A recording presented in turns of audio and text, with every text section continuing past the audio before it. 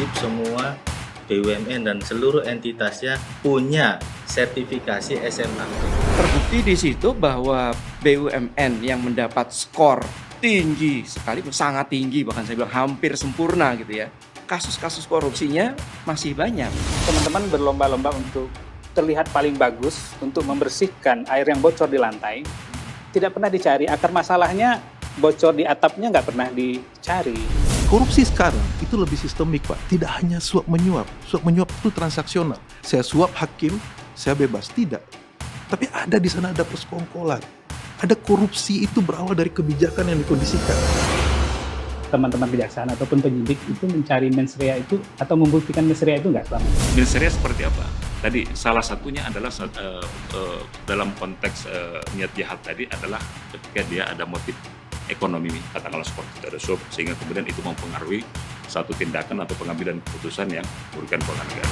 Mantan Menteri Perdagangan Tom Lembong resmi bebas dari rutan Cipinang, Jakarta Timur pada Jumat malam.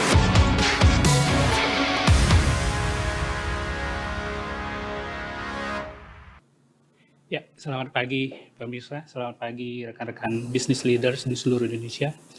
Bertemu lagi dengan kami dari Obrol Bisnis. Pagi ini kita membahas isu yang sebenarnya sangat menjadi perhatian kita di dunia bisnis, yakni seputar bagaimana risiko bisnis itu harus berhadapan-hadapan dengan tuduhan korupsi, sehingga akhir-akhir ini kita menemui banyak kasus yang terkait dengan bisnis, tapi yang secara bisnis sebenarnya visible, yang secara bisnis sebenarnya masuk akal, tetapi dalam kacamata hukum itu bermasalah. Yang terakhir, yang masih hangat tentunya kasus seorang videografer di Sumatera Utara yang kasusnya sempat ramai beberapa waktu lalu. Sebelumnya kita pernah mendengar ada Direktur Utama ASDP, Ibu Ira Puspadewi, yang juga berdasarkan analisa akal sehat, beliau sudah melakukan proses bisnis secara kehati-hatian, secara sangat hati-hati, tapi ternyata beliau tetap dalam kacamata hukum bersalah, atau paling tidak didakwa sampai ke pengadilan, yang membuat tentunya tidak semua orang kuat menghadapi tuntutan di pengadilan, diadili di muka publik. Dan sebelumnya ada kasus Ibu Karen, Direktur Utama Pertamina.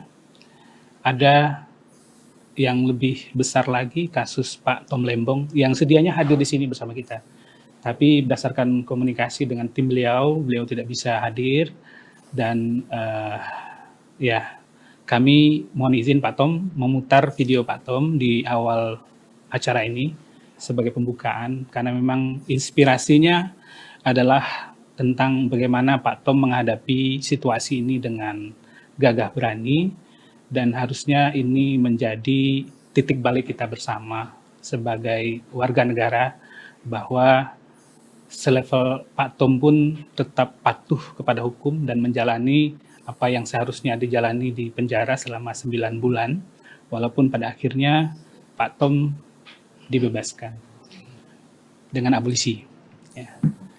Dan banyak kasus lainnya yang mungkin tidak terangkat ke permukaan, tapi kita mengharapkan bahwa penegakan hukum itu benar-benar memberikan sesuatu yang bermakna bagi negara, bukan sekedar hukum itu untuk menghukum orang, atau bahasa dari seorang profesor hukum, bahwa hukum itu harus menjadi alat bagi manusia, bukan manusia diperalat oleh hukum. Nah, dalam konteks besar ini kami mengangkat bahwa dunia bisnis itu sangat terpengaruh oleh pola penegakan hukum di Indonesia, dan ini harusnya menjadi bahan koreksi juga bagi penegak hukum. Nah, bersama kita pada pagi ini kita undang dari penegak hukumnya, dari Pak Zulkifli dari Satgas Pidana Khusus dari Kejaksaan Agung Republik Indonesia. Selamat pagi, Chief Zul, ya Chief Zul ya panggilannya. Kemudian bersama kami juga ada yang beliau juga masih ditugasi di Polri, Pak Pustera, Aulia Pustera, yang merupakan mantan penyidik KPK IM57 Pak ya. IM57. Dan bersama kami juga sedianya hadir dari Pak Amin Sunaryadi, tapi karena beliau ada acara keluarga, beliau mengamanatkan untuk diputarkan video beliau yang sudah pernah dia sampaikan di podcast lain. Nanti kita akan putarkan hal-hal krusial yang perlu menjadi perhatian kita bersama. Kemudian ada juga yang dari terkait hukum, ada Pak Indra, beliau lawyer, dulu anggota Komisi 3. Beliau juga baru tadi menyampaikan tidak bisa hadir. Sekarang beliau adalah staf khusus dari Menteri Tenaga Kerja. Beliau menyampaikan tidak bisa hadir baik secara live maupun secara Zoom. Tapi beliau menitipkan makalah yang nanti bisa teman-teman pelajari. Saya akan forward nanti kepada yang sudah bergabung di grup Obrol Bisnis, akan kita forward ke sana untuk menjadi masukan buat teman-teman. Pak Amin Sunaryadi tadi adalah mantan Wakil Ketua KPK ya. Dan sekarang beliau adalah Ketua Forum Manajemen Risiko BUMN. Nah, jadi pendapat beliau ini sangat relevan karena beliau mempunyai oversight yang luas gitu ya. Nah, kemudian ada Pak Subhan atau Chief Subhan, beliau adalah Ketua Forum QHSE gitu ya. Jadi Quality, Safety, Environment, Health and Environment ya. Jadi di BUMN konstruksi. Jadi kalau misalnya ada kecelakaan di BUMN konstruksi pasti beliau yang dicari orang karena bekerja di konstruksi di bangunan ketinggian risikonya sangat besar. Nah, harusnya tentu dengan adanya forum beliau ini bisa memfasilitasi antara dunia bisnis dan penegakan hukum. Kalau kita gunakan kacamata hukum secara tidak tepat, teman-teman juga sudah risikonya nyawa, nanti kejadian lagi dapat risiko hukum lagi. Nah, jadi double risiko buat teman-teman di konstruksi. Nah, juga sebenarnya di forum ini kami undang spesial ini Pak atau Chief Fajar Proboseno. Beliau adalah co-founder dari INCRA, Indonesian Continuity and Resilient Association, dan beliau juga konsultan yang malang melintang di banyak perusahaan di Indonesia untuk bidang risk management. Beliau owner dari Risk Resolution ya, Cip ya. Nah, untuk itu kami akan minta pendapat pertama kali dari Chief Zulkifli tentang bagaimana sih seharusnya penegakan hukum di Indonesia. Kita sudah belajar banyak bahwa banyak penegakan hukum itu yang quote-unquote pada akhirnya adalah tidak tepat atau diintervensi oleh di luar hukum dengan abolisi, dengan pendekatan lainnya, bahwa ini tidak tepat. Artinya menurut kami ada sesuatu yang miss dalam penegakan hukum kita. Kira-kira ke depan akan seperti apa penegakan hukum kita, Pak? Khususnya di korupsi. Karena harus melihat ekosistem secara keseluruhan. Tidak cukup kita hanya dari satu faktor hukum saja, gitu ya. Mungkin Pak Zul bisa menjelaskan secara lebih detail, Pak. Silakan, Pak. Ya, baik. Terima kasih, Bang Juliaswan. Yang pertama, saya ingin menyampaikan terlebih dahulu, ini politik hukum pemberantasan korupsi kita seperti apa.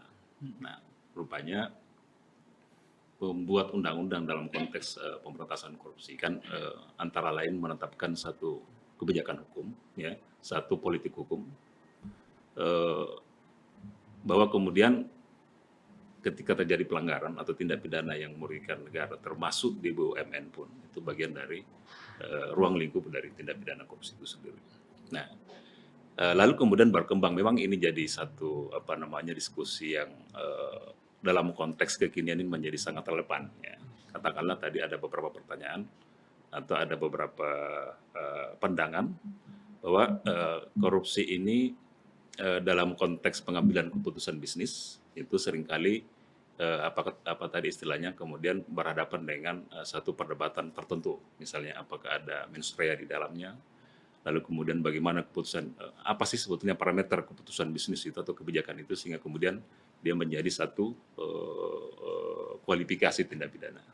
Nah, kami ingin menyampaikan praktek peradilan sejauh ini juga sebetulnya pendekatan-pendekatan dalam konteks karakteristik pengolahan BUMN itu menjadi bagian dari pertimbangan penegak hukum. Nanti kita lihat beberapa putusan, banyak putusan yang kemudian atau persidangan yang kemudian menghadirkan satu perdebatan ya dalam rangka pengujian bagaimana parameter termasuk business judgment rule misalnya itu menjadi bagian yang menjadi pendekatan juga. Jadi sebetulnya dalam konteks ini kami ingin menyampaikan bahwa penegakan hukum dalam konteks itu juga tidak meninggalkan prinsip-prinsip itu. Ya, memang seringkali juga menjadi satu perdebatan. Ya, misalnya ada mengenai mens rea tadi. Saya ingin menyampaikan bahwa sebetulnya untuk memahami dan mengambil suatu kesimpulan yang memadai, ya seharusnya kita juga melihat dan memahami beberapa konsep yang ada dalam hukum pidana. Nah ini sebagai gambaran kepada Bapak Ibu sekalian.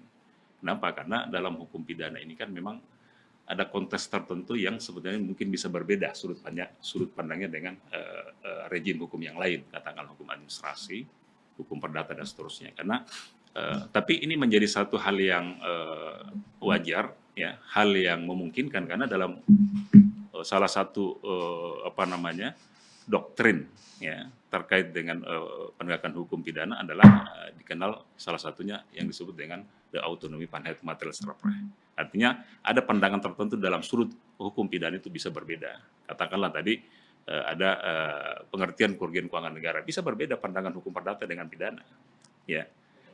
Ketika ini kan perdebatan yang panjang juga nih, apakah kerugian di BUMN, ya kerugian negara yang dipisahkan di BUMN itu menjadi salah bagian dari konsep keuangan negara.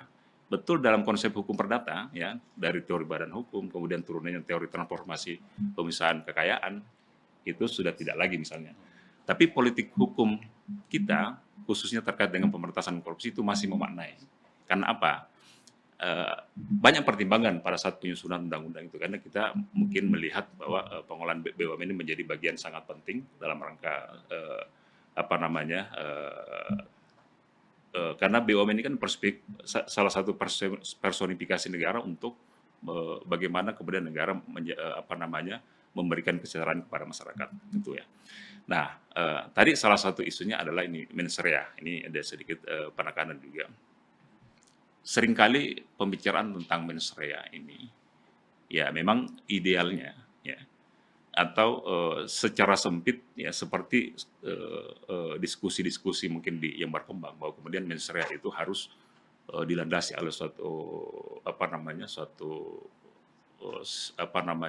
ada benturan kepentingan, harus ada suap dan seterusnya. Tapi ternyata dalam konsep hukum pidana ya dan perkembangan dalam praktik peradilan itu adalah pengertian yang sempit. Ya.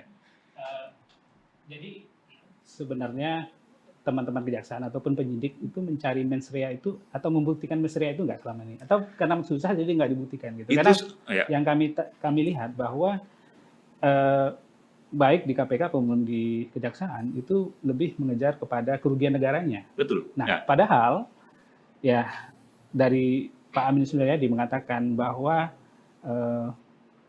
kerugian negara ini nggak digunakan di negara lain, cuma di Indonesia saja bahwa kerugian negara itu dianggap sebagai delik hukum gitu. Jadi mungkin bisa diperjelas bagaimana posisi kerugian negara itu dalam delik hukum dan bagaimana juga supaya ini fair. Ada juga yang tadi misalnya Kak Bu Ira yang sudah mengorbankan karirnya di luar negeri untuk mengabdi bagi negara. Bu Karen juga karirnya cuman cemerlang ya, sebelumnya di perusahaan tambang luar, masuk ke negara malah jadi pesakitan. Nah, maksud saya ini ada fenomena yang harus kita antisipasi bahwa orang-orang pintar ini nanti nggak mau berkontribusi untuk negara gitu ya.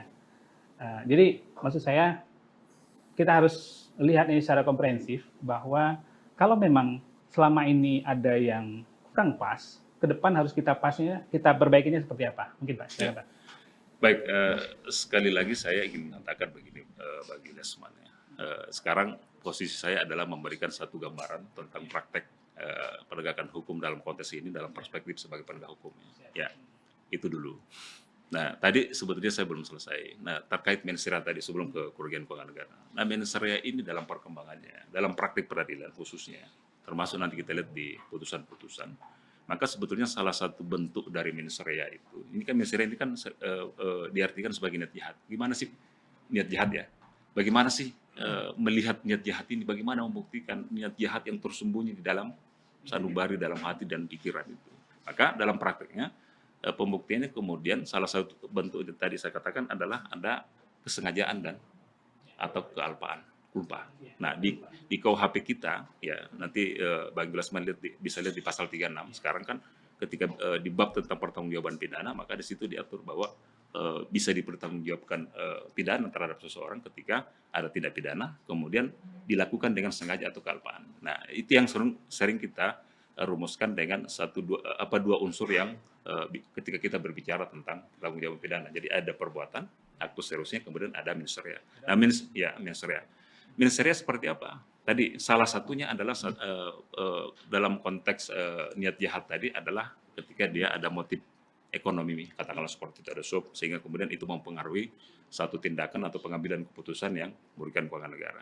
Tapi dalam konteks pembuktian dan praktek nanti ada jurisprudensinya juga, bahwa bentuk dari mens rea itu dalam hukum pidana tadi di pasal 36 itu adalah kesengajaan dan atau culpa. Ya.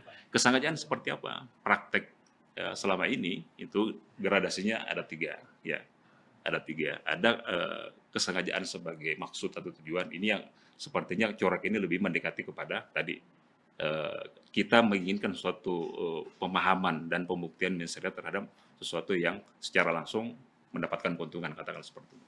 Tapi jangan lupa praktek peradilan juga kemudian dalam teori mengenai kesengajaan itu kemudian juga memperluas ada dua bentuk yang lain, namanya sengaja dalam bentuk kemungkinan, kepastian yang kedua, dan sengaja sebagai bentuk kemungkinan. Nah, ini penting dipahami. Sehingga kemudian ketika menjawab pertanyaan tadi, bagaimana sih penegak hukum melihat itu? Nah, sekali lagi kami sampaikan, konstruksi terhadap satu perbuatan kemudian menjadi tidak pidana korupsi dalam konteks pengambilan keputusan bisnis dan seterusnya. Sekali lagi kami sampaikan tetap mengacu kepada pendekatan-pendekatan itu. Mens rea tetap menjadi pembuktian karena itu adalah satu asas penting dalam hukum pidana sehingga bisa dimintai pertanggungjawaban pidana itu. Gitu ya. Nah, yang kedua tadi bicara soal pertanggungjawaban pidana dalam konteks ada mens rea tadi ya. Yang kedua, kami juga melihat ada kausalitas perbuatan itu. Ya, harus ada kausalitas. Penegak hukum tetap melihat itu. Artinya, kalau teori kausalitas ini ada beberapa teori juga. Kalau misalnya kita bicara tentang teori kondisi sain konon itu, ya, bahwa kemudian setiap perbuatan yang punya bisa menjadi penyebab terhadap suatu akibat. Nah, ini menjadi satu pendekatan dalam konteks itu. Nah, kami pun sebetulnya juga melihat secara cermat dan saya sepakat, ya, kami sepakat bahwa melihat konstruksi peristiwa dalam pengambilan keputusan bisnis sehingga kemudian dia menjadi pidana atau sekedar risiko bisnis itu sangat penting untuk melihat berdasarkan prinsip kehati-hatian. Ini sangat penting bagi penegak hukum. Karena kenapa? Setiap peristiwa kasus per kasus itu bisa berbeda karakteristiknya, bisa berbeda cara pandangnya untuk kemudian melihat itu. Itu kira-kira dari saya, Pak. Baik, terima kasih Chief Zul. Jadi business leader, kita sudah mendengarkan penjelasan versi kejaksaan. Kita akan gali juga dari rekan sebelah saya, Chief Postiera. Beliau saat ini ya pemegang kekuasaan hukum juga ya. Beliau penasihat untuk Kapolri dan juga beliau adalah mantan penyidik KPK, punya pengalaman banyak tentang penegakan hukum korupsi di Indonesia. Tapi mungkin setelah kita jeda sejenak.